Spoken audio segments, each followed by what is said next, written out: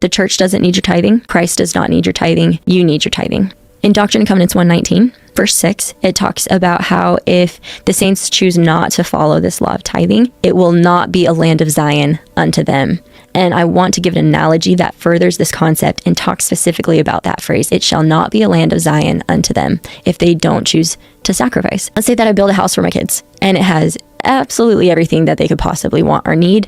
It's free. It's a gift to them. I give it to them, despite the fact that I give them everything they need.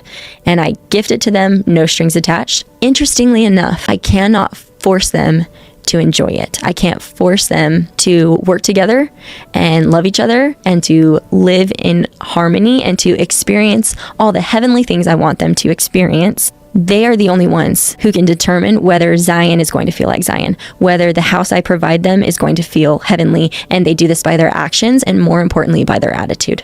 It doesn't matter how much I gift them heaven if they are not living heavenly lives so that they can experience joy.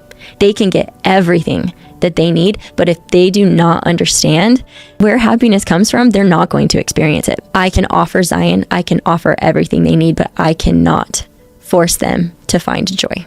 I can't force them to find Zion's joy. I can tell them how to find it by asking them to love each other and forgive each other and take care of each other. But if they ignore what I'm trying to tell them, it will not be a Zion unto them. They won't find it, no matter how long they live in that house.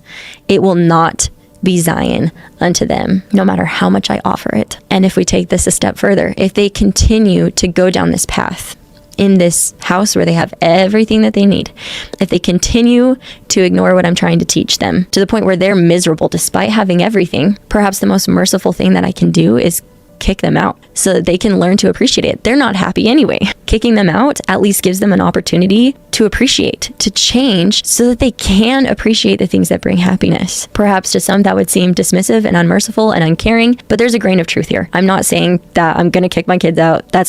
This is a thought experiment. There's a grain of truth here. You can't experience Zion unless you can appreciate Zion, unless you're the type of person who can appreciate Zion, unless you contribute to Zion. It doesn't matter how long you stay in Missouri. It doesn't matter how long you stay in a perfect house. It doesn't matter how long you stay in heaven. You can't experience Zion and all of its associated privileges and all of its associated joys unless you change.